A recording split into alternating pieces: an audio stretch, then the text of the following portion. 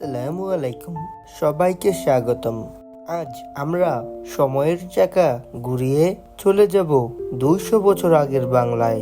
তখন ছিল না মোবাইল ফোন, ছিল না ঘড়ি, ছিল না লাউড স্পিকার।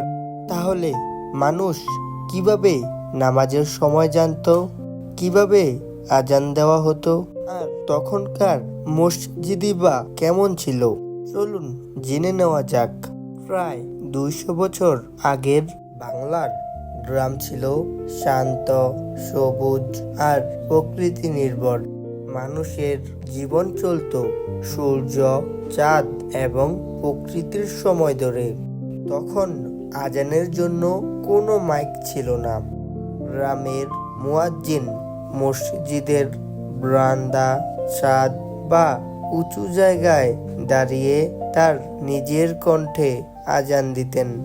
চারদিকে নীরব পরিবেশ থাকায় সেই আজানের ধ্বনি অনেক দূর পর্যন্ত পৌঁছে যেত। আশপাশের মানুষ আজান শুনেই নামাজের জন্য প্রস্তুতি নিতেন। তাহলে মানুষ সময় বুঝতো কিভাবে? সেই সময় বেশিরভাগ মানুষ সূর্যের অবস্থান দেখে সময় আন্দাজ করতেন। সূর্য মাথার উপরে এলে বুঝতেন জোহরের সময় হয়েছে। বিকেলে ছায়া বড় হতে শুরু করলে বুঝতেন আসরের সময় হয়েছে। সূর্য ডুবে গেলে মাগরিব, আর আকাশের লাল আভা মিশিয়ে গেলে এশারের সময় হয়েছে। পরে পূর্ব আকাশে আরো ফুটতে শুরু করলে মানুষ ফজরের সময় বুঝতে পারতেন। অনেক এলাকায় অভিজ্ঞ ও বয়স্ক মানুষ সময় নির্ধারণে অন্যদেরকে সাহায্য করতেন।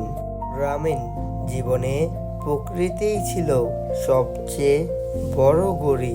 এখন চলুন দেখি তখনকার মসজিদ কেমন ছিল। 200 বছর আগে বাংলার বেশিরভাগ গ্রামের মসজিদই ছিল ছোট ও সাধারণ। অনেক মসজিদ বাঁশ, কাঠ, খড় বা টিন দিয়ে তৈরি হতো। আবার কিছু এলাকায় পোড়া ইট ও চুনসুরকি দিয়েও সুন্দর মসজিদ নির্মিত হয়েছিল। সেগুলোর কিছু আজও ইতিহাসের সাক্ষী হয়ে দাঁড়িয়ে আছে। মসজিদের ভেতরে থাকতো মাটির বা ইটের মেঝে, কোথাও খেজুর পাতার চাটাই, কোথাও সাধারণ পাটি বিছিয়ে মানুষ নামাজ আদায় করতেন।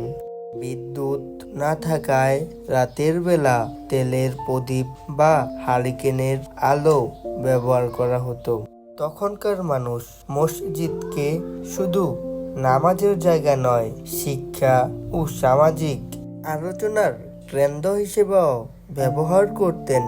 গ্রামের মানুষ এখানে একত্র হতেন, ধর্মীয় শিক্ষা নিতেন এবং বিভিন্ন বিষয়ে পরামর্শ করতেন। ভাবুন তো, প্রযুক্তি ছাড়াই মানুষ কত সুন্দরভাবে ধর্মীয় জীবন যাপন করতেন। তাদের কাছে প্রকৃতি ছিল গড়ি, আর মুয়াজ্জিনের কণ্ঠ ছিল সময়ের সবচেয়ে বড় ঘোষণা।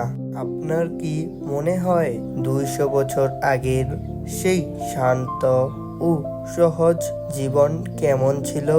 কমেন্টে আপনার মতামত জানাতে ভুলবেন না। ভিডিওটি ভালো লাগলে লাইক দিন। ঐতিহাসিক আরো এরকম ভিডিও দেখতে চ্যানেলটিকে সাবস্ক্রাইব করুন। তাহলে আজকের জন্য বিদায়। আসসালামু আলাইকুম।